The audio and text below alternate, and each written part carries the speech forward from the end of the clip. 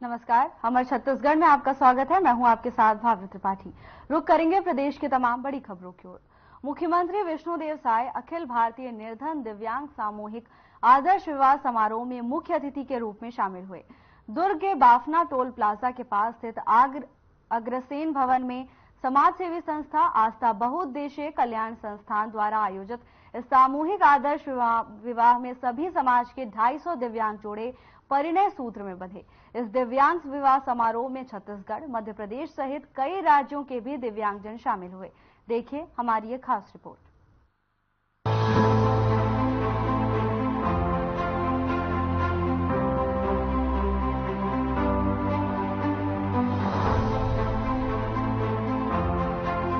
मुख्यमंत्री विष्णुदेव साय अखिल भारतीय निर्धन दिव्यांग सामूहिक आदर्श विवाह समारोह में मुख्य अतिथि के रूप में शामिल हुए। दुर्ग के अग्रसेन भवन में समाज सेवी संस्था आस्था बहुउद्देशीय कल्याण संस्थान द्वारा आयोजित इस सामूहिक आदर्श विवाह में सभी समाज के 250 दिव्यांग जोड़े परिणय सूत्र में बंधे। समारोह में छत्तीसगढ़, मध्य प्रदेश सहित कई अन्य राज्यों के दिव्यांगजन शामिल हुए। मुख्यमंत्री विष्णुदेव साय एवं अन्य अतिथियों ने परिणय सूत्र में बंधे दिव्यांग नव दंपतियों को उनके सुखमय दाम्पत्य जीवन के लिए आशीर्वाद दिए। समारोह में लोकसभा सांसद विजय बघेल, विधायक ललित चंद्रकार और नगर निगम दुर्ग के महापौर धीरज बाकलीवाल भी मौजूद रहे। समारोह के कार्यक्रम के दौरान पूर्व सीएम के बयान को लेकर मुख्यमंत्री विष्णुदेव साय ने पलटवार करते हुए कहा कि उन्हें अपनी सरकार की चिंता करनी चाहिए, एनडीए सरकार की नहीं। लगातार तीसरी बार नरेंद्र मोदी प्रधानमंत्री बने हैं। एनडीए बहुत मजबूत है। देखिए, आज आस्था बहुउद्देशीय कल्याण संस्थान द्वारा यहाँ पर हमारे दिव्यांग भाई बहनों की शादी का पुण्य कार्यक्रम आयोजित किया गया है, जिसमें हम लोगों को आमंत्रित किए थे और बड़ा सौभाग्य है कि ऐसे पुण्य कार्यक्रम में हम लोग शामिल हुए। तो सबसे पहले तो 250 से ज्यादा दिव्यांग भाई बहन आज दाम्पत्य जीवन की शुरुआत कर रहे हैं। उनको बहुत बहुत बधाई, शुभकामना। उनका दाम्पत्य जीवन मंगलमय हो, सुखमय हो और ऐसे पुण्य कार्य करने के लिए मैं आस्था बहुउद्देशीय कल्याण संस्थान के सभी पदाधिकारियों को बहुत बहुत धन्यवाद देता हूँ, साधुवाद देता हूँ। बहुत अच्छा काम करते हैं। ये संस्था लावारिस लाशों का दाह संस्कार करने से लेकर नेत्रदान, रक्तदान और मानव दान के लिए भी लोगों को मोटिवेट करते हैं। ऐसा ये संस्थान काम करता है। और आपने क्या पूछा? सर, मैं पूछा था पूर्व सीएम ने यह आरोप लगाया है 6 महीने सरकार चलेगी। देखिए, उन लोगों को अपनी चिंता होनी चाहिए। आज एनडीए की सरकार की चिंता नहीं करें। आदरणीय नरेंद्र मोदी जी लगातार तीसरी बार एनडीए सरकार में प्रधानमंत्री बने हैं और ये गठजोड़ बहुत मजबूत है। आज वो जितनी हम लोग सीट लाए हैं, 240 सीट भारतीय जनता पार्टी, उतना ये लोग पिछले 3 लोकसभा के चुनाव में अगर उनका काउंट करें तो उतना पहुंच नहीं पा रहे हैं। तो अपनी स्थिति पहले उनको मतलब आकलन करना चाहिए और अपने पार्टी को कैसे वो लोग मजबूत करें, इस दिशा में सोचेंगे तो अच्छा हो। इस अवसर पर सीएम ने आस्था बहुउद्देशीय कल्याण संस्थान के विकास में उल्लेखनीय योगदान करने वालों को स्मृति चिन्ह भेंट कर सम्मानित किया। आस्था बहुउद्देशीय कल्याण संस्थान के संरक्षक दुर्ग सांसद विजय बघेल ने कहा कि ये संस्था विगत 19 वर्षों से दिव्यांगजनों आदर्श विवाह करते आ रही है। Bureau report.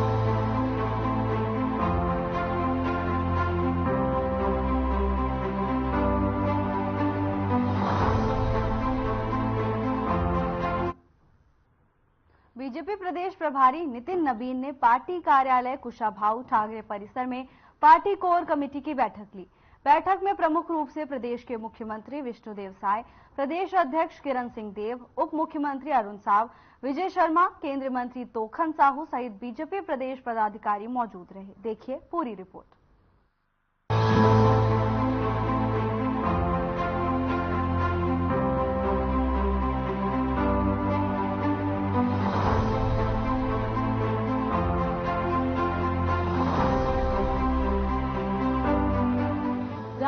प्रदेश कार्यालय कुशाभाऊ ठाकरे परिसर में भारतीय जनता पार्टी ने हाई लेवल मीटिंग का आयोजन किया। जिसमें पार्टी के कई कद्दावर नेताओं ने हिस्सा लिया। मीटिंग की अगुवाई छत्तीसगढ़ बीजेपी के प्रदेश प्रभारी नितिन नवीन ने की। उन्होंने पार्टी के कोर कमेटी, बीजेपी विधायक दल और सांसद दल के साथ मीटिंग की। बीजेपी की इस बैठक में मुख्य रूप से प्रदेश के सीएम विष्णुदेव साय, साथ ही प्रदेश अध्यक्ष किरण सिंह देव, उप मुख्यमंत्री अरुण साव, केंद्रीय मंत्री तोखन साहू सहित कई बीजेपी प्रदेश पदाधिकारी, सांसद और विधायक मौजूद थे।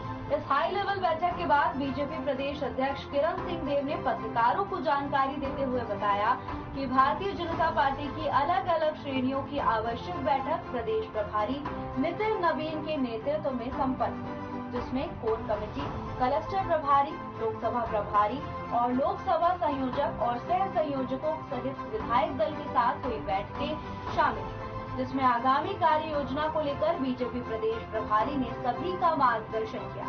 साथ ही किरण सिंह देव ने बताया कि 23 जून से लेकर 6 जुलाई तक बीजेपी की सेवा पखवाड़ा कार्यक्रम में पार्टी के सभी जनप्रतिनिधि सम्मिलित हुए। इसके साथ ही बीजेपी प्रदेश अध्यक्ष ने योग दिवस को लेकर सीएम साय के कार्यक्रम को लेकर कहा कि सीएम के निर्देश पर प्रशासनिक स्तर पर ये कार्यक्रम मनाया जाएगा। हमारे प्रदेश के संगठन के प्रभारी और लोकसभा चुनाव के प्रभारी श्री नितिन नवीन जी का शुभागमन हुआ है छत्तीसगढ़, और लगातार अलग अलग बैठक लेकर मुलाकात कर रहे हैं और सबको लोकसभा के चुनाव में जो ऐतिहासिक सफलता मिली भारतीय जनता पार्टी को, उसके लिए धन्यवाद दे रहे हैं।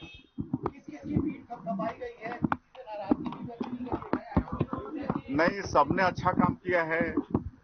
धूप था, नौतपा था, उसके बाद भी हमारे कार्यकर्ता, हमारे मंत्रीगण, हमारे विधायकगण और संगठन के पदाधिकारीगण सब लोग बहुत परिश्रम किए, पसीना बहाए और इसीलिए 11 में से 10 लोकसभा सीट जीतने में हम लोग सफल हुए, तो सबका पीठ थपथपा।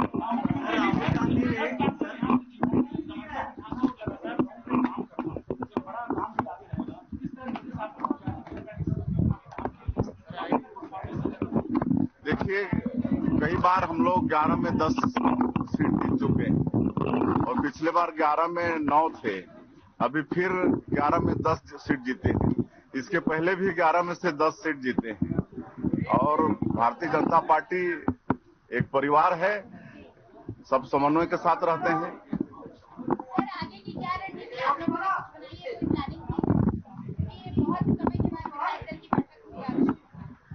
अब देखिए, मोदी की गारंटी में जनता ने विश्वास किया और लोकसभा चुनाव में उनका आशीर्वाद मिला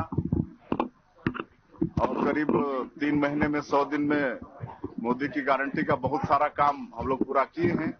आगे भी जो काम बचे हैं उसको सबको करेंगे और छत्तीसगढ़ की 3 करोड़ जनता जो विश्वास की है भारतीय जनता पार्टी पर, मोदी जी की गारंटी पर और सरकार में बैठाई है, 11 में से 10 लोकसभा सीट जिताई है, तो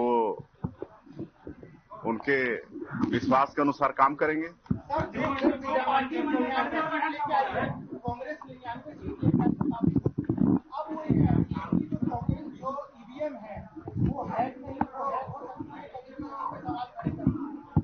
अब उनकी बातों में अब कोई दम नहीं रह गया। अब बहुत बार से ये लोग ईवीएम और सबकी बात उठाते रहे हैं। जब जीतते हैं तो इनके लिए ईवीएम ठीक हो जाता है, हार जाते हैं तो हार का ठिकरा ईवीएम पर पड़ते हैं। हमारे छत्तीसगढ़ प्रांत के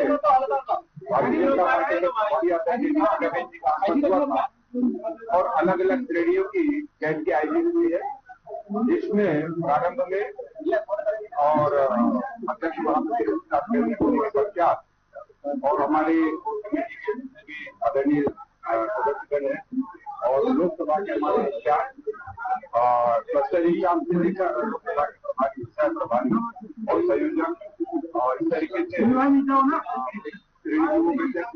के बाद हमारे विधायक दल की बैठक हुई, आदरणीय मुख्यमंत्री जी ने सम्मिलित है, और हमारे सभी इसमें सम्मिलित है और आगामी कार्य और भारतीय जनता पार्टी शुरू से ही वर्ष भर के कार्यक्रमों को लेकर चलती है। हमारे अभी 25 तारीख के जो आपातकालीन बस से लेकर और हमारे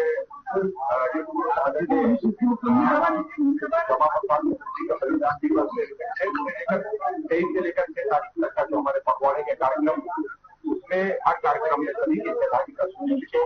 संगठन के कार्यक्रमों में सभी हमारे जनप्रतिनिधि और पूरे प्रदेश में अभी जिम्मेदारी तय होगी रूप से कार्यक्रम योजना को लेकर योग दिवस, प्रमुख रूप से योग दिवस का 21 जून का कार्यक्रम है, उसे हमारे पूरे संगठन स्तर पर और सरकार के स्तर पर भारतीय जनता पार्टी में आने के के स्तर पर यह प्रशासन स्तर पर मनाया जाए योग दिवस। लेकिन भारतीय जनता पार्टी हमारे मंडल स्तर पर, जिला स्तर पर और योग दिवस को अच्छे से मनाने का निर्णय लिया गया है। सभी की सहभागिता हो रही है, तुम्हारी तय होगी और सारे कार्यक्रम, सारी योजनाओं की चर्चा आदरणीय प्रभारी जी ने शाबाशी की दी गई है। स्वाभाविक रूप से यह बहुत ही ऐतिहासिक विजय का क्षण है, जबकि लोकसभा में और 10 सीटों पर छत्तीसगढ़ की जनता ने अपना विश्वास भारतीय जनता पार्टी को व्यक्त किया। भारतीय जनता पार्टी के कार्यकर्ताओं ने, सभी विधायकों ने, सभी सांसदों ने, सभी वरिष्ठ नेताओं ने और मतलब परिश्रम की पराकाष्ठा की है। इससे सबकी दोपहरी में, गर्मी में भी सब लोगों ने रात दिन जमा में बनाकर नीचे तक हमारे कार्यकर्ता जो बूथ कमेटी के हैं, मंडल के, जिला के हैं, मोर्चे के हैं, उनके भी सम्मान स्थापित करके और रात दिन मेहनत किया है। इसके लिए सभी को बधाई। राहुल जी नगरीय निकाय चुनाव को लेकर स्वाभाविक है। भारतीय जनता पार्टी में मैंने पहले ही कहा है कि और अभी से हम अपनी संगठन के माध्यम से और अपने कार्यक्रम जारी करेंगे। बहुत जल्दी इसको भी राहुल गांधी ने ईवीएम पे फिर सवाल उठाए। तमाम जगह के विधायक थे। बलौदा बाजार की घटना वास्तव में दुर्भाग्यपूर्ण घटना है और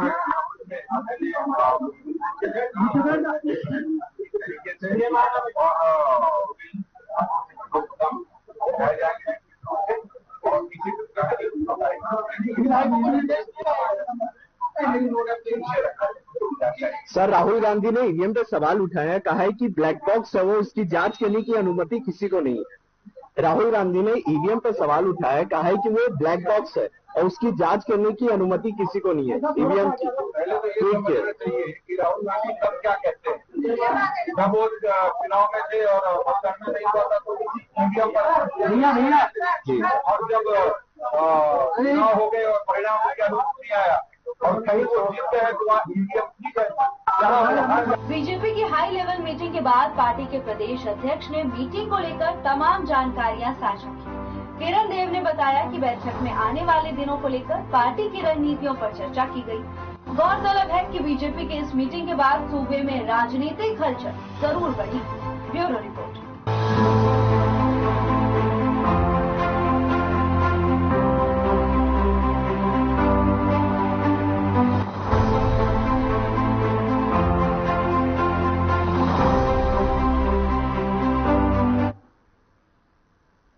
सक्ती में कांग्रेसी नेता आनंद अग्रवाल ने सरकारी तालाब के किनारे को पाट कर अवैध प्लॉटिंग के लिए अपनी जमीन के लिए रास्ता बना दिया था, जिसकी शिकायत जयप्रकाश अग्रवाल ने अधिकारियों से की थी। मगर कांग्रेस सरकार में नेता को अधिकारियों का संरक्षण मिलता रहा, जिसके बाद शिकायतकर्ता ने हाई कोर्ट का दरवाजा खटखटाया। वहीं हाई कोर्ट ने तालाब से अतिक्रमण हटाकर पूर्व की स्थिति में लाने के आदेश जारी किए, मगर हाई कोर्ट के आदेश को भी अधिकारियों ने महत्व नहीं दिया। अब सरकार बदलते ही जिले के कलेक्टर बदल दिए गए हैं। नए कलेक्टर ने मामले को गंभीरता से लेते हुए राजस्व विभाग को निर्देश जारी किए, जिस पर अमल करने राजस्व और नगर पालिका की संयुक्त टीम ने गांगर डबरी तालाब में अतिक्रमण हटाना शुरू तो किया, मगर अधूरे में ही छोड़ दिया।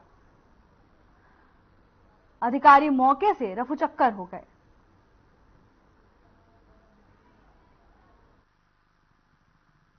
गांगर डबरी पाटे थे। मैंने सक्ती में नगर पालिका तहसीलदार सबके आवेदन लगाया था, कोई सुनवाई नहीं हुई। उसके बाद हाईकोर्ट में लगाया। विगत 15 महीना पहले हाईकोर्ट ने आदेश किया कि तालाब जैसे है वैसे किया जाए। उसके बाद नहीं किया गया कि पूरा प्रशासन और ये सब उनको मदद कर रहे हैं। और 15 महीना बाद विगत कल काम चालू हुआ, थोड़ा सा काम होके बंद हो गया। प्रशासन ने पूरा सहयोग कर रहा है पीछे प्लाट वाले को। ये हाईकोर्ट से का अवहेलना कर किया जा रहा है।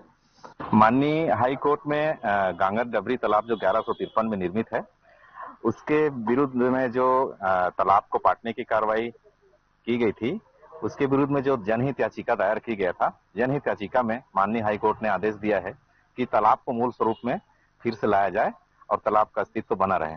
उसी परिप्रेक्ष्य हम आज कार्रवाई के लिए उपस्थित हैं और जितनी भूमि तालाब की अतिक्रमण करके पाटी गई है, उतनी भूमि का चिन्हांकन कर आज मशीनरी के द्वारा उसको हटाया जा रहा है और मूल स्वरूप में लाने की कार्रवाई की जा रही है। किनके द्वारा किया गया था?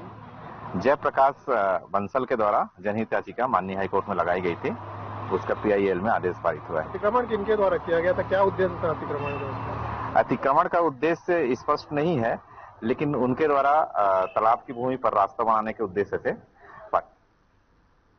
मुख्यमंत्री विष्णुदेव साय मुंगेली जिले के ग्राम फरहदा में भक्त माता कर्मा मंदिर प्राण प्रतिष्ठा समारोह में शामिल हुए। इस अवसर पर सीएम साय ने जनप्रतिनिधियों और समाज के पदाधिकारियों के साथ भक्त माता कर्मा की पूजा अर्चना कर प्रदेशवासियों की खुशहाली और सुख समृद्धि की कामना की। देखिए हमारी ये खास रिपोर्ट।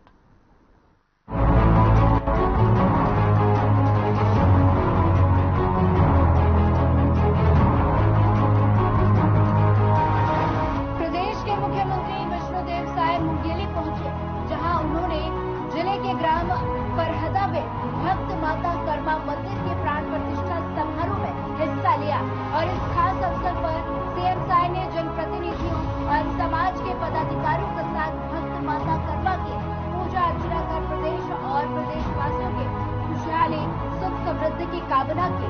और इस मौके पर कार्यक्रम को संबोधित करते हुए प्रदेश के मुखिया विष्णुदेव साय ने माता कर्मा प्राण प्रतिष्ठा को लेकर साहू समाज और उपस्थित सभी लोगों को बधाई दी।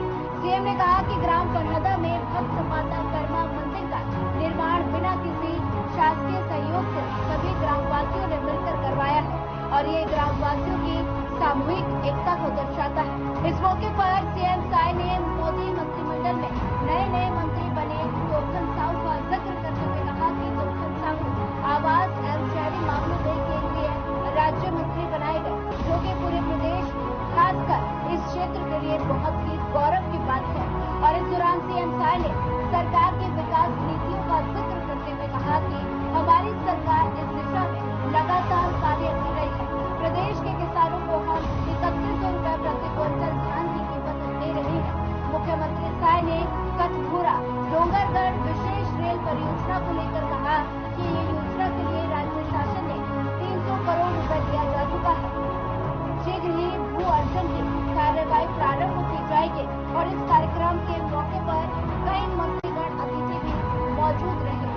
आज ग्राम फरहदा में भक्त माता कर्मा के नवनिर्मित मंदिर का प्रतिष्ठा था, जिसमें फरहदा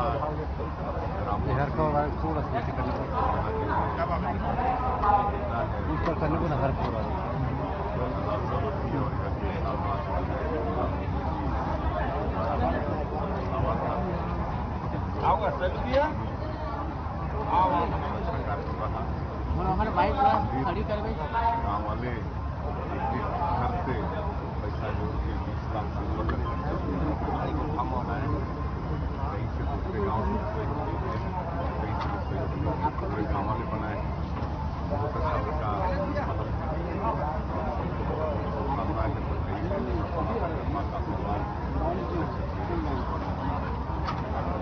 गहले की सबसे ज्यादा बार चुनाव जीतने वाले रिकॉर्ड है, आप हमेशा उनकी तारीफ भी करते हैं, पर उनको कुछ प्रतिनिधित्व नहीं मिल पाया मंत्रिमंडल में।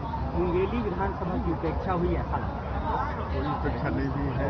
आगामी समय में उम्मीद करें? उपेक्षा नहीं हुई, किसी को उपेक्षा नहीं हुई है। पार्टी की जो व्यवस्था है। रेलवे लाइन के काम में तेजी आने की बात हो रही है, किस तरीके से जो है काम में गति आएगी, खासकर मुंगेली से गुजरने वाली? फिलहाल के लिए बस इतना ही। जल्द हाजिर होंगे नई अपडेट्स के साथ। नमस्कार।